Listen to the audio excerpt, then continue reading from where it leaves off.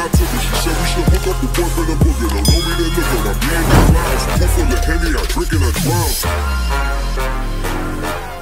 drown. What is up, folks? It is Sam from Harkey Fishing, and welcome back to another episode of Table Rock Fishing Report here at Shell Knob again this week for the Wednesday night tournament. And last few reports have been coming out on Thursdays and Fridays. I apologize for that. I'm going to try to be more consistent on Wednesdays, but the weather's been pretty rough on Wednesdays, and we've had to move some tournaments around. It's just been a little out of the normal pattern, but good to be back. A lot of changes on the lake. We've had another cold snap, which is pretty typical of spring, but it seems like we ought to be in summer now, and we're just not. We've had some really cold nights and really some pretty cold days, and quite a bit of rain coming down. Water temperature right now on the 25th here of May is sitting at 70.4 degrees, and that's actually come down about 5 degrees over the last week. And water level here on Table Rock, you know, we've been 10 foot high. They've been running it like crazy. It's been slowly coming back down, and they finally here about a day and a half ago slowed the flow, slowed the outflow down a bunch, and so it's kind of been staying fairly consistently around 921. They got it down to about 920 and a half earlier. I guess yesterday, and but then we've had quite a bit of rain, and they increased the flow rate a little bit on the dam, but it's come up a little, but not much. Still sitting at about 921. And so as far as the bite goes, night bite has still been extremely challenging. Day bite's definitely been your best bite, but as far as daytime baits, you know, what to do and where to find these fish.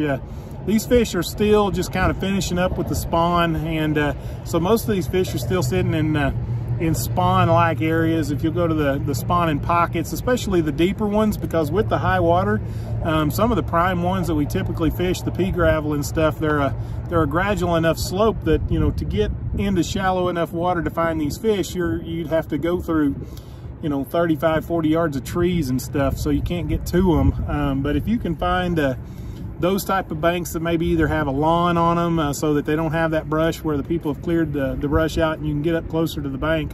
A lot of the largemouth and the blacks are sitting in anywhere from 6 inches to, you know, 3 or 4 feet of water, especially first thing in the morning, or if you get one of these cloudy, rainy days. And so you know, throw shallow and throw a top water up there. They've been hitting spooks, red fins, choppos, which is like your whopper plopper type bait, and so topwater's been doing really good. I've had pretty good luck with chrome, but I've also had good luck with bone, and honestly those are the two staple colors on this lake.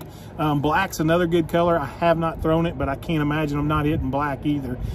So, you know, have a topwater tied on and be throwing that sucker first thing in the morning and in the evening time, or in any overcast sky conditions. If once that sun gets up and gets a little brighter, you can still catch them on topwater around the edges of some deeper docks. The other thing that's really been coming into play is throwing a swim bait, and that's been in play for a while, but a 2.8 to 3.3 inch I use the Berkley Power Swimmer, and you can use the Rage Swimmer. Any of the little rib swim baits has been working pretty good. Just stick with the smaller ones. You'll get a lot more bites on the smaller ones for whatever reason right now, and that should be transitioning over to the bigger ones. I've been throwing a Megabass. I think it's the 6-inch variety of their swim bait, and I have yet to put a fish in the boat on it, and I've thrown it several hours just trying to get a big bite, and so they're just still not keying in on that big one just yet in my experience. So yeah, swim bait will work. The other thing you can do is slow it down and you know, throw a Senko style or a shaky head, real finesse type bait. I've been using a lot of PB&J and then green pumpkin, and I like a little dip of chartreuse on it, just because the perch are really starting to move up to spawn now, and those bass are kind of keying in on the perch.